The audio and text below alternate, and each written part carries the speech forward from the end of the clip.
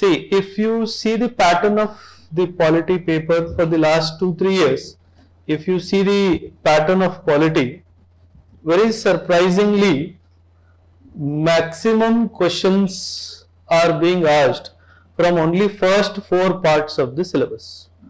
Probably UPSC is not having time to go back to the chapters in the end.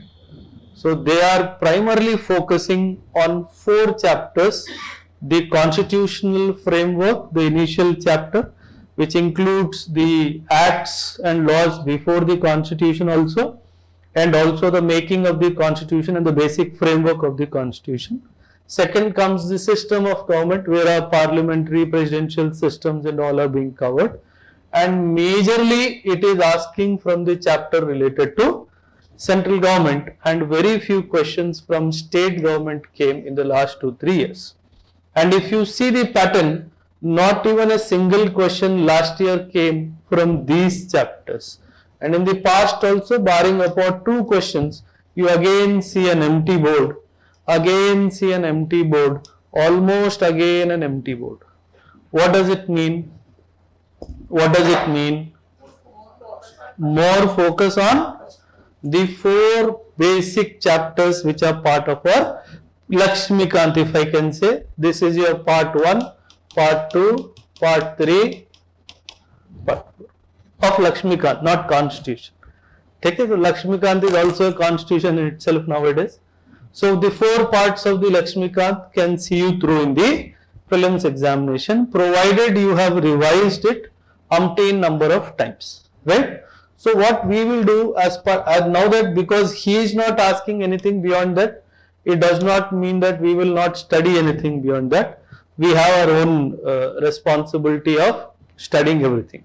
But what I will do is, maximum weightage will give to these 4-5, and other than this, I will also give few weightage to topics which I feel are important from the examination point of view, because few things have happened this year in these particular domains in the last 1 year. So we will cover all these things as part of our polity. Okay? So today and tomorrow we will try to cover the static part, because we are doing it on a static basis. What we will do is, we will start off with few acts and other things which were from before the constitution. If you go to the acts and all, it all starts from which act? The regulating act of 1773. Why was this act particularly passed? It was aimed at what? Reforming the administration of the British East India Company. And the most important thing that you need to understand here is, the regulating act elevated the governor of Bengal to the position of governor of Bengal with the executive council of 4 members to assist him. They were required to function according to the majority rule. So a question will come, it was based on consensus, any question adugutar. But what would be the answer?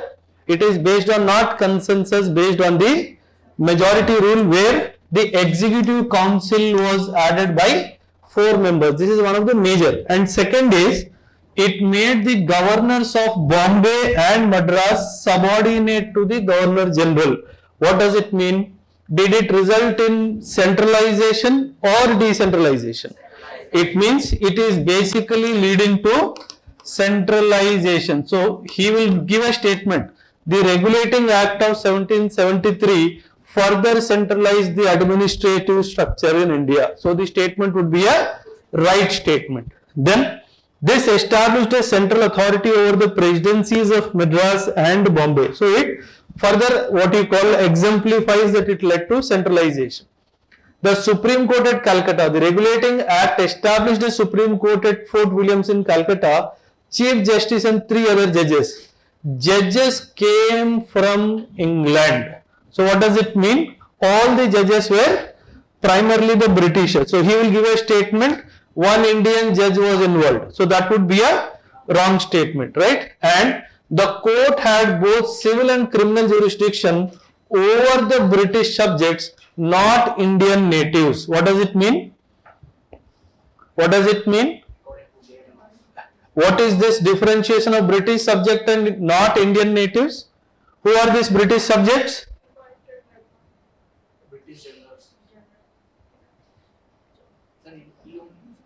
Who are these British subjects? You mean to say the working professionals of the East India Company, the employees of East India Company? You getting my point? So here the British subject does not mean the Indians. So this particular court which was established at Calcutta, that had the civil and criminal jurisdiction over the British subjects and not the Indian natives. This is a very big point that can confuse you in the examination hall, because you will feel obviously the Indian natives would come under the purview of that Supreme Court that was established. Now, the Regulating Act 73 prohibited company servants from engaging in private trade or accepting bribes aiming to curb corruption. So what he will bring, the company matters related to corruption were tightened under the 1773 Act. This would be the statement. He would try to simplify the statement in 4 or 5 words, right? Then the Act tried to bring administrative corrections in the functioning of the East India Company. So he will use any language like that, right? Then the Act strengthened the British government's control over the company by requiring the Court of Directors to report on revenue, civil and military affairs. What he will do? Civil and revenue matters only ani word istadu. So what does it mean? He skipped the military affairs. So you should know that the revenue, the civil and also the military affairs were the purview of the 1773 Act. Then very important, the Regulating Act limited the company's dividends to 6% until it repaid a government loan and restricted the terms of Court of Directors to 4 years. So this is very important, where the dividends that were paid to the shareholders of the East India Company was restricted to 6% and the surplus money was used for paying the debts of the British government. So this is one of the important things which is part of the Regulating Act. See, one question will come, if you are lucky, 2 questions will come from all the pre-independence acts of India. So, but because it is very closely related to each other, you should not get confused. That's the idea. Okay? So, after this, we had a small Act of Settlement of 1781, also known as the Act of Settlement in 1781, which was passed to address the conflicts between the Supreme Court and the Supreme Council in colonial India. Which was the Supreme Council? Which was the Supreme Council? Okay? So there was a conflict between the Supreme Court and the Supreme Council. To address that conflict, the Settlement Act of 1781, the conflict settlement between the court and the Supreme Council. This was the purpose of this particular act. What it says, it established clearer governance frameworks and enhanced the judicial processes. So what does it mean? In some ways, it tilted towards the judiciary. So this is the message. Then the Governor General Council were exempted from the jurisdiction of the Supreme Court for the acts done in the official way. So what has happened? They got an complete exemption. It excluded the matters related to revenue from the jurisdiction of the Supreme Court. And one last thing, it even exempted the servants of the company from the jurisdiction of the Supreme Court for their official exempts. So what has happened? They got judicial impunity. So what he will use a statement, the company officials got judicial impunity under the Settlement Act of 1781. It is a correct statement. It is a correct statement. So understand that. Then it provided that the Supreme Court should have the jurisdiction over all the inhabitants. It also asked the court to administer the personal laws of the defendants. Who are these defendants? Prosecutioners and defendants. Personal laws. What are these personal laws? Matters related to culture, religion, marriage, inheritance, everything should be taken care of by the Supreme Court. It says it laid down that appeals from the provincial courts could be taken to the Governor General in Council but not to the Supreme Court. So what has happened? The provincial courts appeals would not lie in the Supreme Court but would lie in the Supreme Council. So where does the appeals of the High Court lie today? Obviously to the Supreme Court, right? There are conditions when you can go for an appeal to the Supreme Court. Not that you cannot go to appeal to Supreme Court as a matter of right. I hope you are aware. We'll talk about it when we come to the Supreme Court chapter. But now, as per the Settlement Act 1781, the appeal from the provincial court judgments lied not in the Supreme Court but in the Supreme Council. That's very important. It empowered the Governor General in Council to frame rules and regulations for the provincial courts and councils. So what has happened here? The administration is controlling the judiciary. So do you see separation of powers here? No. So the Act 1781 goes against the spirit of the separation of powers. Statement will come. It means it is a right statement because the powers of the court were largely curtailed here, right? Then the above saying proves that the Act of Settlement was the first attempt in India towards the separation of executive from the judiciary by defining the respective areas of jurisdiction. This is what he is making a statement exactly opposite, in the sense when he is actually what happening? He is giving the council the power to rules and regulations for the provincial courts and the council. So he is making a statement separately, but on ground what is happening? On ground what is happening? Centralization is happening and not separation is happening. So you need to be very careful with the words that he will use according to the the Act of 1781. Primarily an act of settling the disputes between the Supreme Court and the Supreme Council. And very importantly, the provincial courts, any judgments given by them lied as a matter of right for appeal under the Supreme Council and not to the Supreme Court. And the Governor General's Council to frame the rules and regulation for the provincial courts and also to the provincial council. So the Governor General in Council became the controlling authority according to the 1781 Settlement Act. Then we come to very important act called the Pitt's India Act of 1784. Why was the Pitt's India Act basically enacted? What was the agenda? The failure of the regulating act failed in few ways. Basically, the presidencies of Bombay and Madras were to be subordinated to the Governor General. So what it became again? Is it going towards the spirit of federation or against the spirit of federation? It is going against the spirit of federation. It included the following. What it said? The Pitt's India Act 1784 gave the British government control over the East India Company, making it a subordinate to the state. So what has happened? The control on the East India Company started kind of with the Pitt's India Act of 1784. And you know, as per the 1858 Act, what happened? The company rule was all completely abolished and the British Crown assumed the ownership and the powers, giving few exemptions of trade to the East India Company, like trading in tea, silk, porcelain and all. So the control on the East India Company started with the Pitt's India Act of 1784, right? Now, the company's territories in India were called British possessions. So whatever territories the company was holding, they started to be referred as the British possessions in the Pitt's India Act.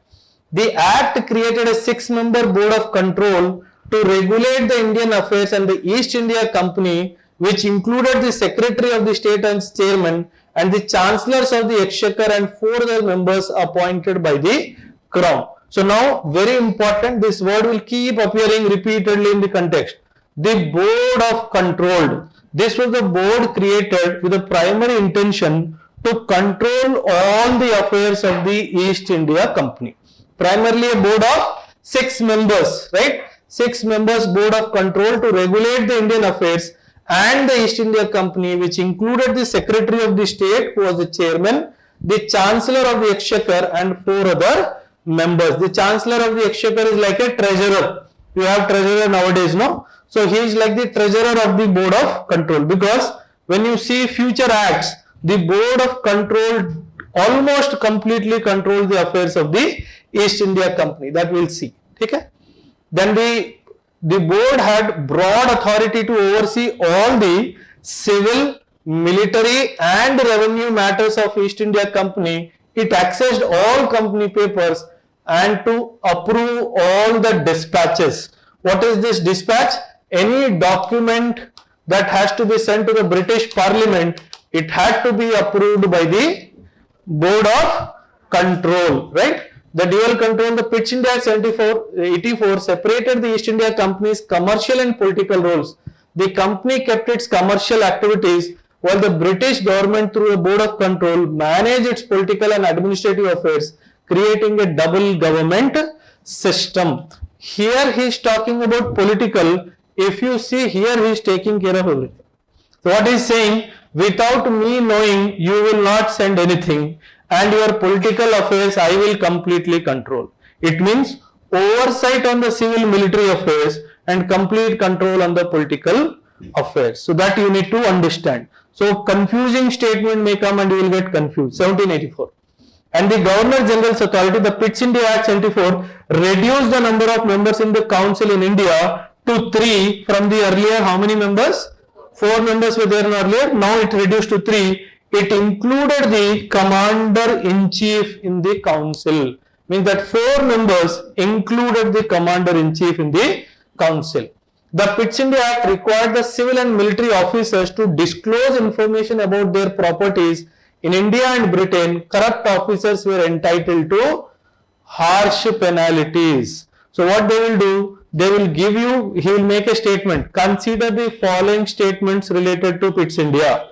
He will give 3 to 4 statements and he may ask you to identify either how many or which of the above are the correct answers. If he asks you how many, it is very difficult, because in that case you should know almost all the answers. If he asks you which of the above, there is a chance to make a guess. But be rest assured, the board of control's creation happens, and the board of control controls all the civil, military and revenue matters of this thing, and the political role was taken away from the company affairs, and the British controlled the political affairs almost directly after the 1784. And the executive council reduced from members from 4 to 3, which included the commander-in-chief also. This is the broad provision of the Pitch India Act of 1784.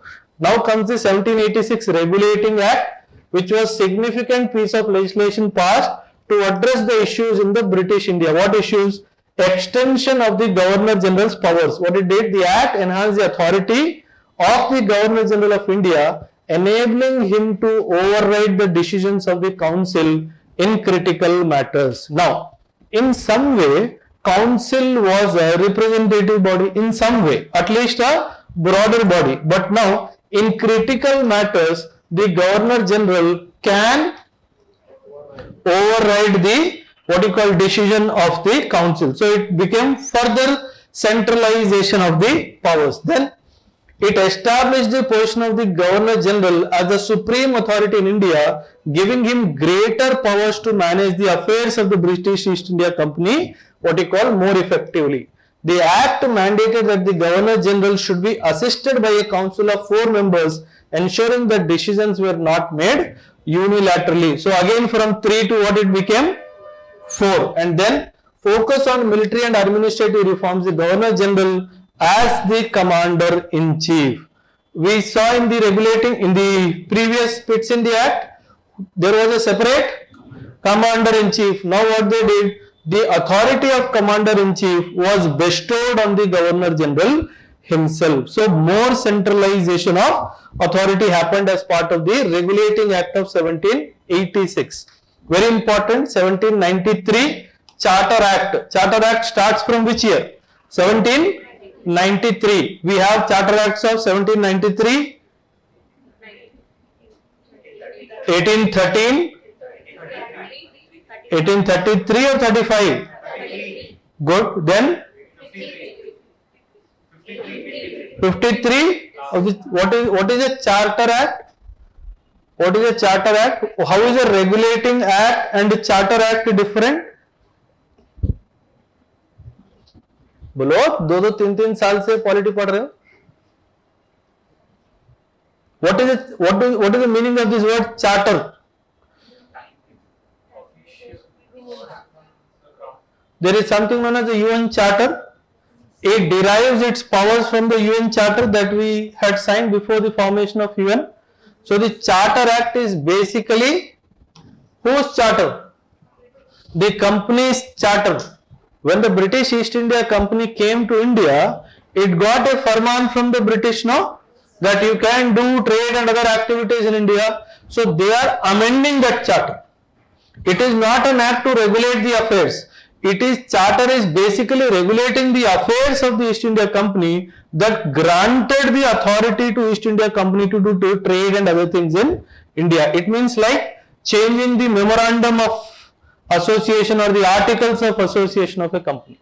So trying to bring change in the mere structuring of the company itself. Okay? So that will have a greater impact on the functioning of the East India Company. Right? Now, was renewed for 20 years, right, and allowing continued possession of all the territories for 20 years. Now, his powers, whose power? The Governor General power to overrule his council were emphasized and explained. In the previous, it was only mentioned that he can override the decision of the council in matters of criticality, right? Now they overemphasized and also explained why and how he can override those acts. Then his control over the presidencies was strengthened. During his absence from Bengal, he was permitted to give orders and directives to any government and presidency of India without first consulting his counseling. But absence from Bengal. He will make a statement generally. He will use the word generally, but no. During his absence from Bengal, he has gone out of Bengal for some reasons. He was permitted to give orders and directives to any government, any presidencies of India without first consulting his council. But when he was in Bengal, he has to consult his council. But he was out of his Bengal, then he can give directives directly without even consulting the council. You may find it difficult to accept now, because those were not the days where communication was not so fast. So here also criticality matters, where they are not trying to waste time for seeking concurrence first. So he was given the power to give directives or orders when he is out of Bengal. A general code of all laws that could be passed for the internal administration of Bengal, British colony, was established. The Indian people rights, people and property were covered by the regulation. It bound the courts to regulate their decision by rules and regulations contained therein. So what it gave? It gave a code of regulations for the Indian people. Their rights, people and the properties also were controlled by the regulations that they formed under the Charter Act of 1793. It means they are giving the company the power to control the affairs of India, the people and their properties. This is the most important thing.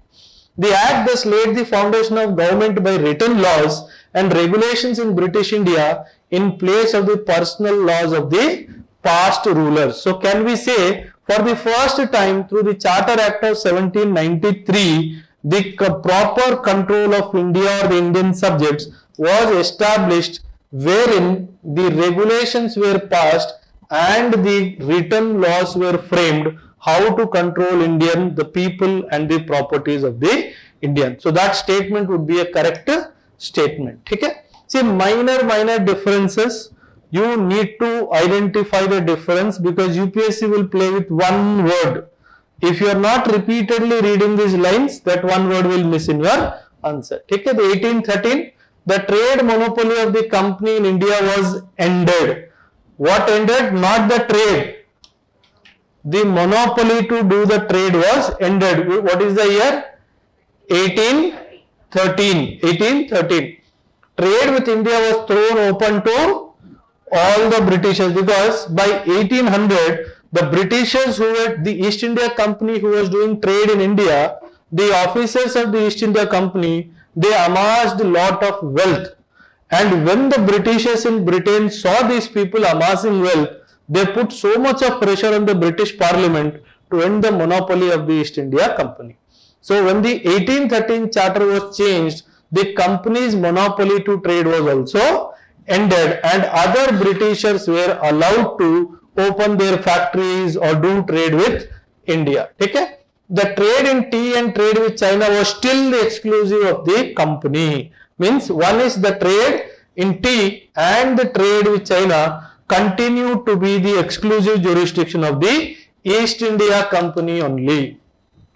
The government and the revenues of India continue to be in the hands of the company. What does it mean? One is the government and the revenue of the government. If you remember the land taxes and all. So the government formation will be East India Company. The revenue collection on behalf of the government will also be the exclusive jurisdiction of the East India Company. Others can come and set up companies, but they should not be involved in the government or the revenue collection process of the government, right? Additionally, the company kept appointing its officials in India. So the appointing of the officials was also continued by the East India Company only.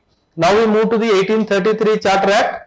Was a great landmark in the history of India because the Governor General of Bengal became the Governor General of India, and the act brought the company's monopoly of tea trade and trade with China also to an end. So what was given exclusivity in 1813, in next 20 years 1833, that exclusivity also removed. Now anybody can trade in tea, anybody can trade with China along with other trade activities that they can do it in India, right?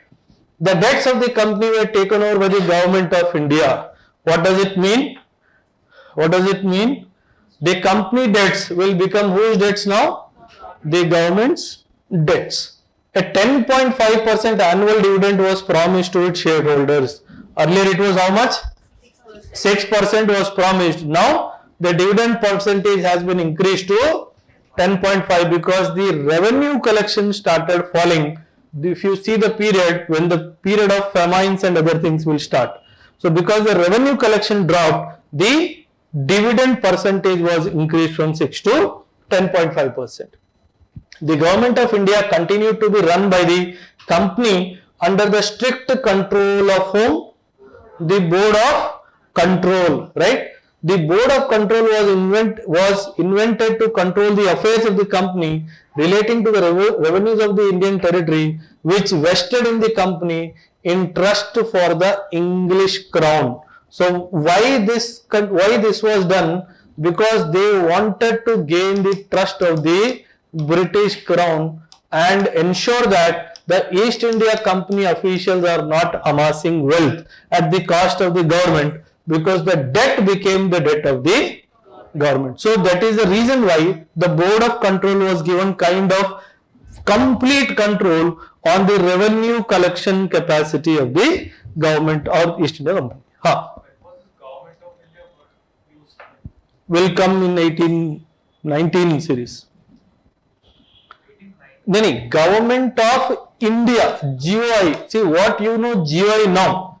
When they say government, it is the government formed by the officials of the East India Company.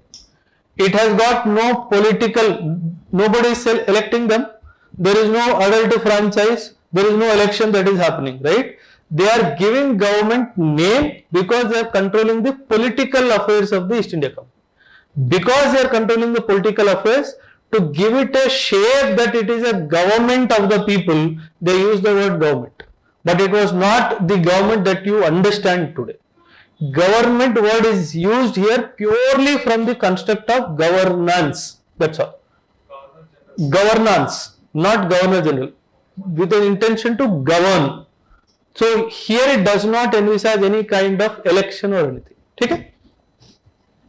Now, the Governor General and Council exercised complete control over Bombay, Bengal, Madras and other regions. So what does it mean? For the first time, almost the entire territories of the British came under the direct control of the Governor General. Okay? The Governor General in Council was given the power to legislate for the whole of British territories in India. These laws were applicable to all persons. They were enforceable by all the courts in India.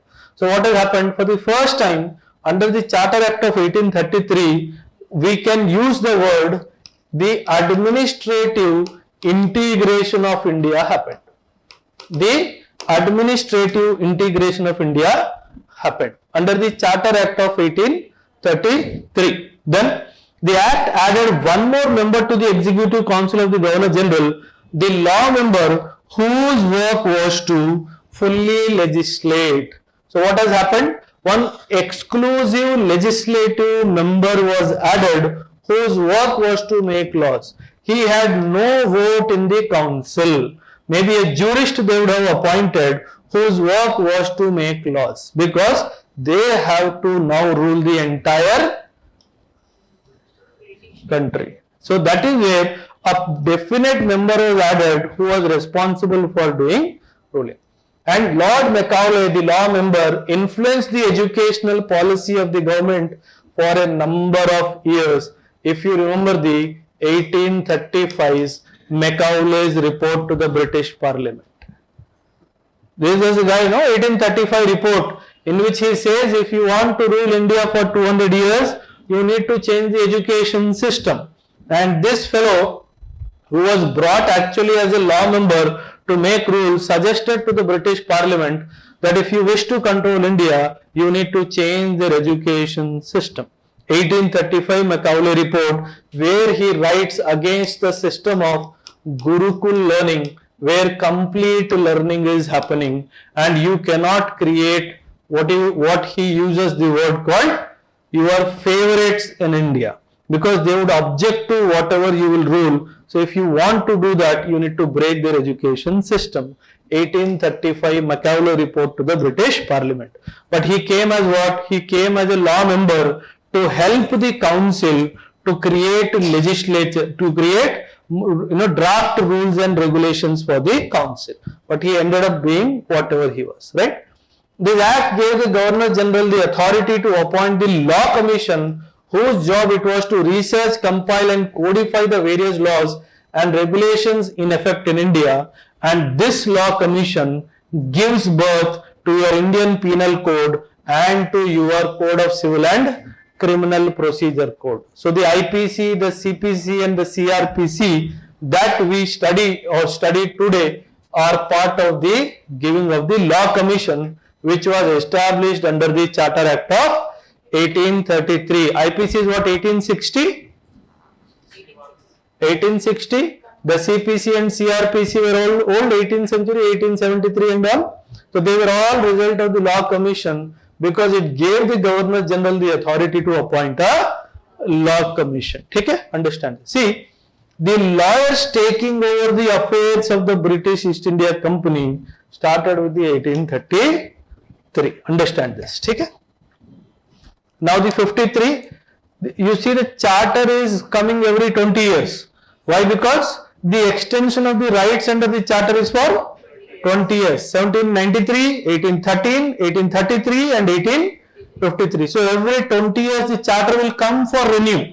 It is like your Vodafone recharge for a month. So it is like Vodafone recharge for the company every 20 years, right?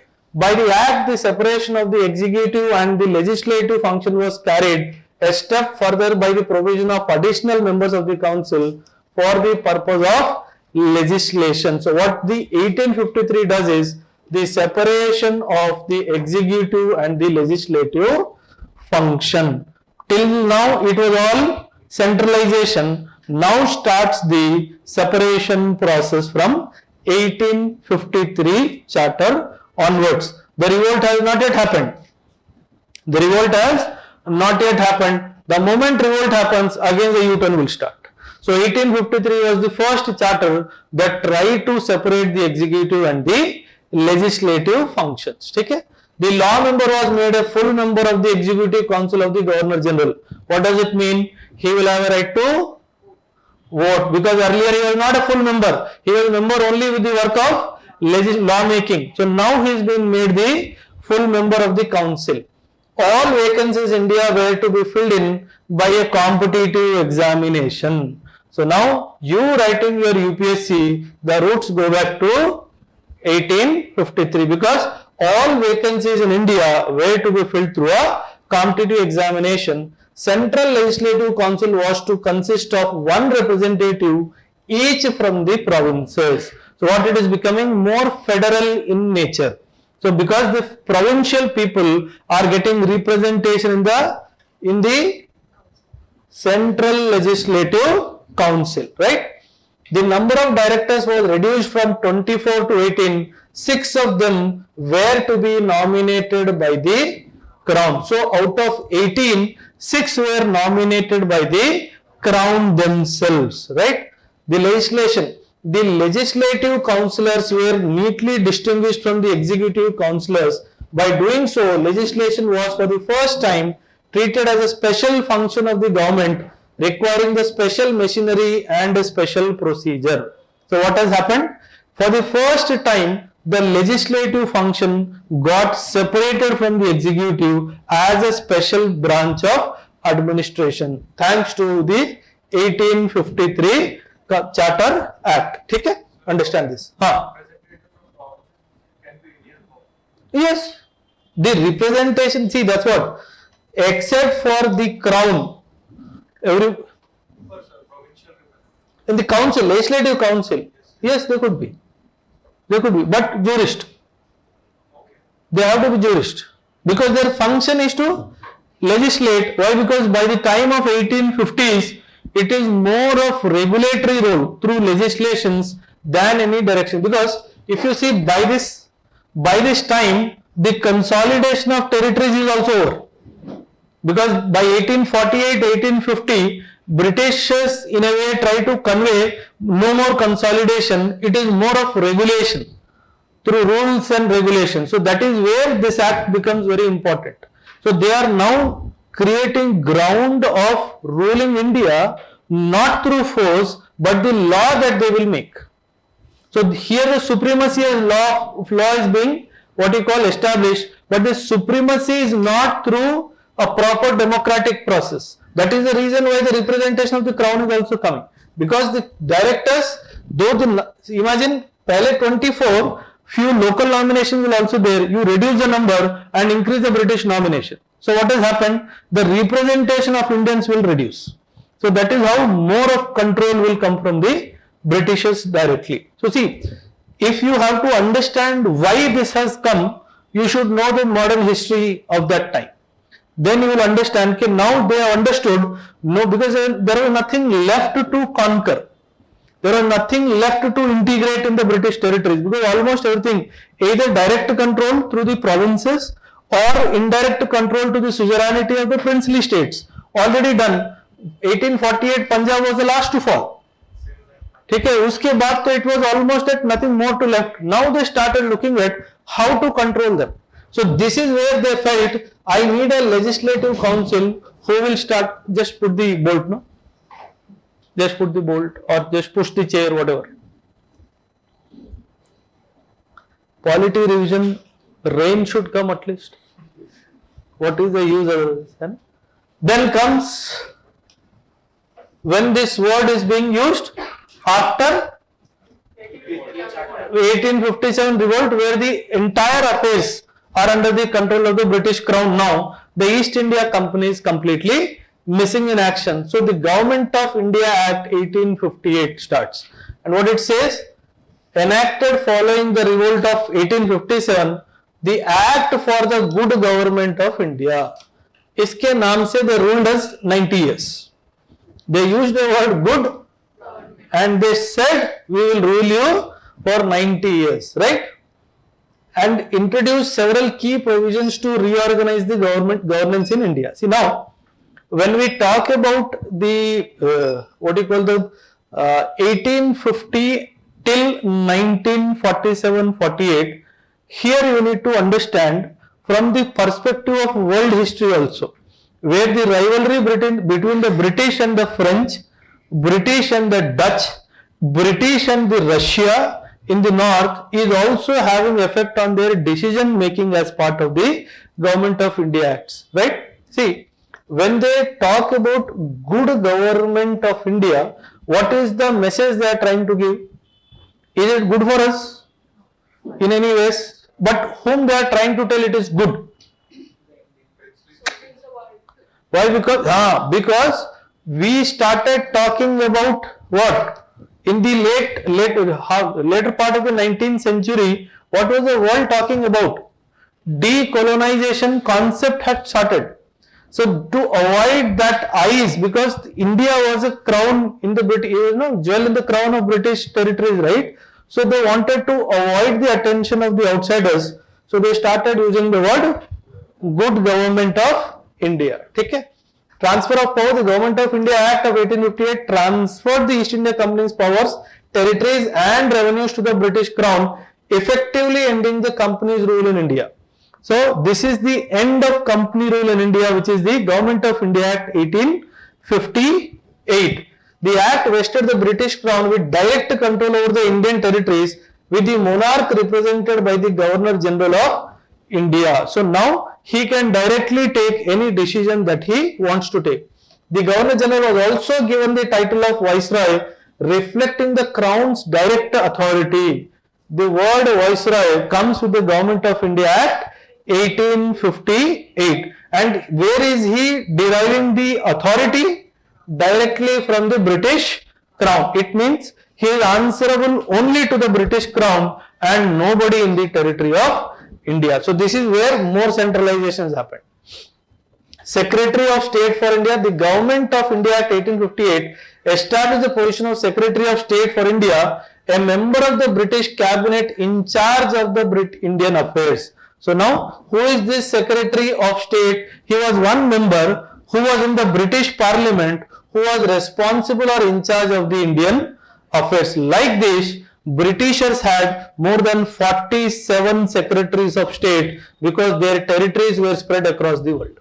So one among them was the Secretary of State, who was a member of the British Cabinet, who was responsible for the Indian affairs. So this is how the importance of Secretary of the State. Now, the Secretary of the State is whom? The direct representation of the British Parliament.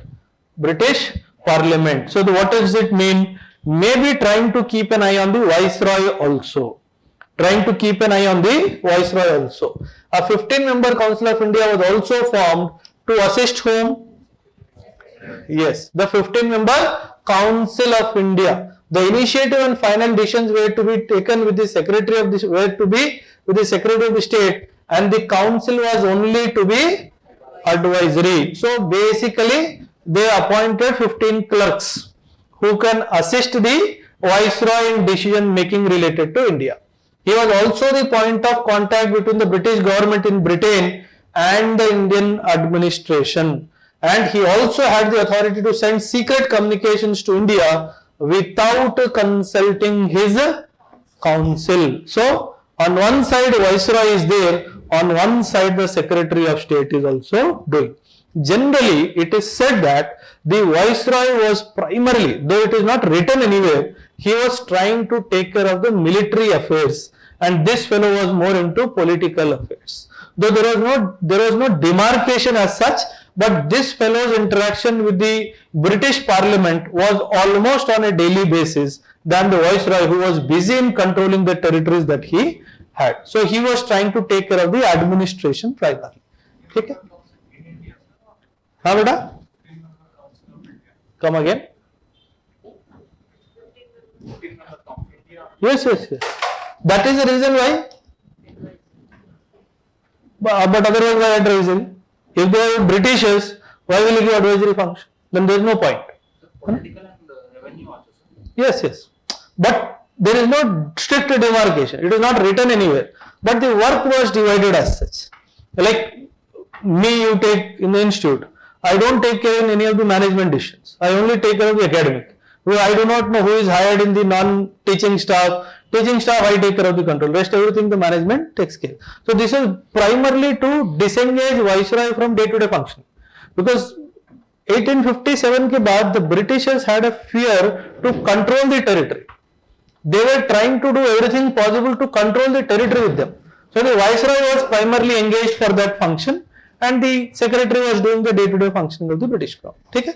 Understand that. The Governor General of India was appointed viceroy acting as the Crown's representative in India. Lord Canning became the first viceroy under the new system. Please remember the name. The Lord Canning becomes the new viceroy.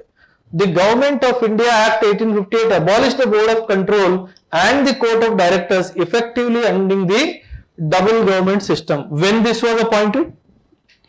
Board of Control and Court of Directors? 1784. Okay?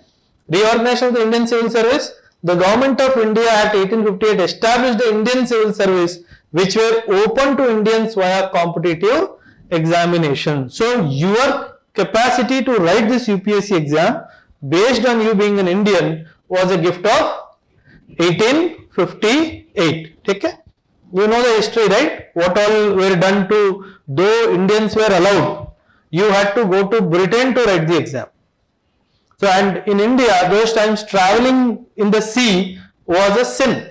So, most of the people decided not to write the exam. And secondly, like you would have heard, no, horse riding was also a test. In it, the Indians always saw horse as an authority, and sitting on the horse and doing horse riding and passing the horse riding test was itself a big challenge. Like if I tell you, okay, your interview is over, there is a swimming pool, jump in the swimming pool and come to the end. If you are alive, you are admitted. If not, definitely admitted in the hospital.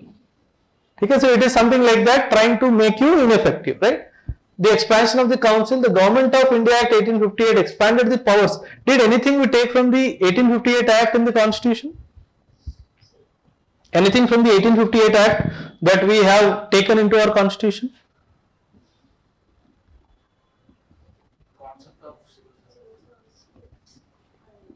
Constitution, okay, if you see from the UPSC perspective, because it is a constitutional body, but it is not only conducting the civil service exams, no, it is conducting other exams also. Yeah.